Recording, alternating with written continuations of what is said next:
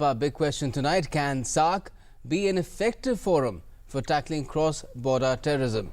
And to talk about it, we have Sheel Khan Sharma with us in our studio. He's former Secretary General SAARC. Welcome to the show. Sharmaji, if I could ask you, what sort of a course of action could there be if SAARC is indeed to make terrorism, cross-border terrorism, which emanates from Pakistan and is affecting multiple countries in this very small regional South Asian grouping, what can it really do? The grouping on its own has limitations because it works on consensus. Right. So, if you work on consensus, then you cannot place one country on the spot, because that country would refuse to be on the spot, which is what Pakistan does. Pakistan refuses to accept any blame, it denies. Okay. So, there is a limit to it. But despite that, there was a convention in 1987 which was adopted, but Pakistan does not take enabling actions in its own assembly for the convention to really get into operation. It was a weak convention.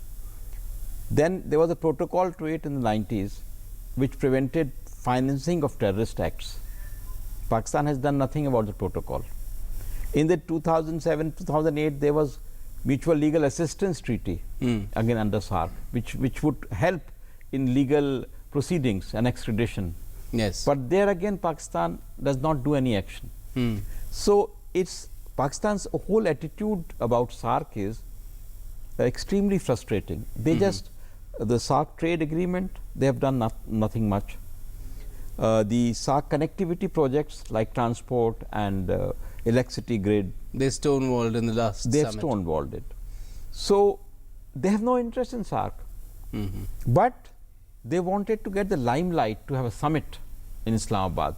And then on the one hand the summit, but on the other hand the basic requirement of a host to be hospitable was missing. Right. The previous meeting of Home Ministers in July, they didn't conform to the SAARC protocol, which Bangladesh boycotted. Bangladesh boycotted, and Indian Home Minister was there. He almost walked away in the middle.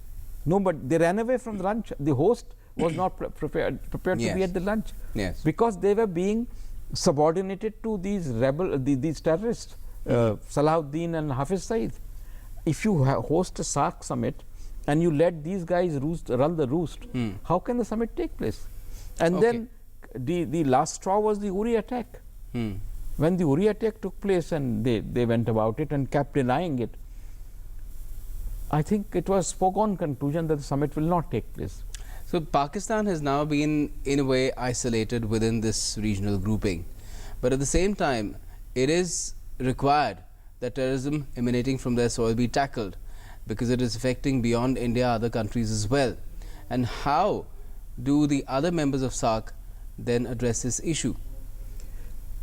They can address it by stigmatizing. Collectively, individually, how do they do it? They have to address it by coming out forthrightly and calling a spade, like Bangladesh and Afghanistan have done. Till last year, because they are affected, just they as are affected. But before last summit, for instance, they did not come out openly against Pakistan. So, this delicacy with which they deal with Pakistan, it has to be given. It has to give place to more clear, denunciation of Pakistan's actions. And so, if you see SAARC members, Bangladesh, Afghanistan joined with India, Bhutan joined with India. Nepal, because it's the running chair of SAARC, they have been careful. Right. Sri Lanka joined, but a little later. But they have finally come out that terrorism and SAARC cooperation cannot go together. In order that the SAARC cooperation continues, terrorism has to be tackled. Now, terrorism can be tackled with SAARC, or SAARC countries individually or in a different forum. Can which forum brings them together? Well, like SAARC there are, minus Pakistan. SAARC minus Pakistan is a very rough use of the term. In actual practice, BIMSTEC, for instance, is a forum which is east of India, Yes. Bay of Bengal initiative. So it has Bangladesh, Myanmar, Thailand, India, Nepal, Bhutan. They can work together. Sri Lanka and Maldives and India, they have a maritime dialogue between the three of them. They can work together. So there could be sub-regional groupings. Okay. Bangladesh, Bhutan, India, Nepal, that's another sub-regional grouping which is working fast on the transport corridor. So these sub-regional groupings can go forward, and those who don't want to join in will be left behind. Well, they can go forward in terms of ensuring there is mutual peace and progress. But again, addressing terror is another ball game, isn't it? To address terror, they have to all come together to collectively prevent Pakistan, at least diplomatically tell them that, look, this is not on. And to reject Pakistan's denials and Pakistan's charade that we are, oh, give me a proof, give me a dossier, and you know, and we are worrying about their whole charade about human rights in India's area, you know, our Jammu and Kashmir. Nobody believes that, because those who have been killing, as Sushma ji said in the General Assembly, that terrorism is the biggest violator of human rights. Right. How can you pursue terrorism and talk about human rights? So Pakistan's, you know, is unmasked. This entire dealings and its whole activities are no longer. Do you think, just like India has also highlighted the fact that Pakistan is suppressing the rights of its own people, who are in fact say that they are not part of Pakistan, like the people in Balochistan, these countries should also be talking about the problems that are intrinsic to Pakistan, like India has highlighted them? No, that can be done only bilaterally or individually, because SAARC, at least, it rules out, the charter rules out interference in what could be internal affairs of the member states. Right. SAARC actually endorses Panchsheel, you know, the 5 principles of peaceful coexistence. And those principles rule out interference. But we saw how Pakistan commented when there were executions of war criminals going on in Bangladesh, and Bangladesh strongly objected to that. But that's bilateral, not in the SAARC. That is bilateral, yes. Not in the SAARC process. Yes. That is the reason why Bangladesh is so vehemently opposed to Pakistan. That's why Bangladesh Home Minister did not come to the Home Ministers meeting, because Pakistan is promoting or is protecting the not only terrorists, which it does in the case of India, this Burhan Wani, the terrorist, they were trying to project as a freedom fighter.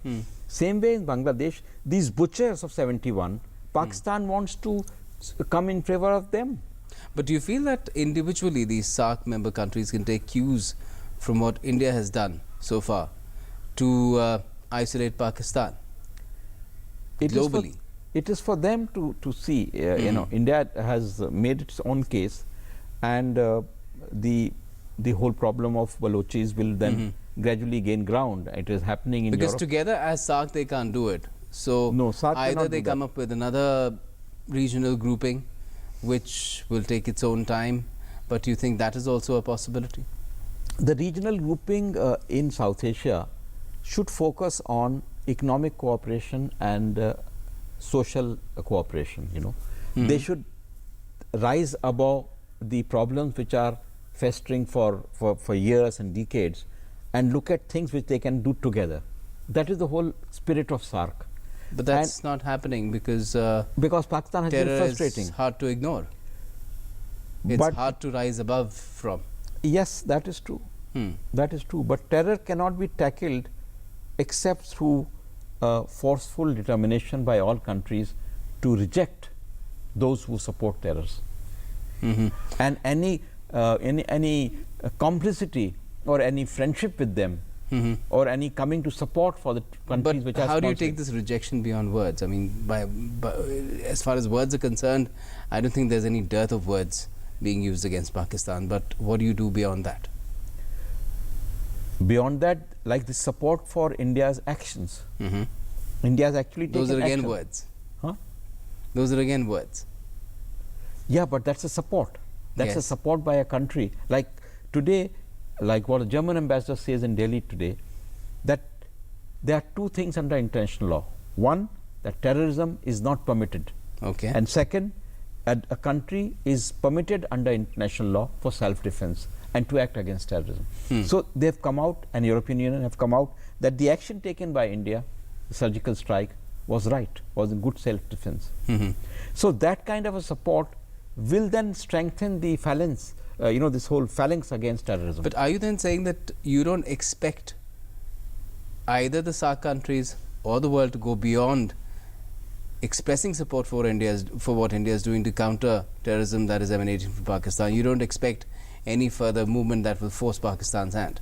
I don't think declaring Pakistan as a terrorist state, which would incur sanctions on Pakistan, is feasible, because the big countries like America and China would not do that.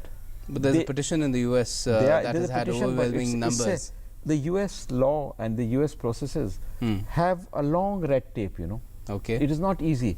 The petition then it will have to go to the US Congress. At the moment, Congress is going for elections. So when a new Congress comes, they might say, okay, I have a fresh petition. So, this is very bureaucratic. Okay. And they don't want, because they want to maintain the clout with the Pakistanis, so that they still hope that by giving them inducements and the carrot and stick policy, they can come round. But Pakistanis have been flouting them. Okay.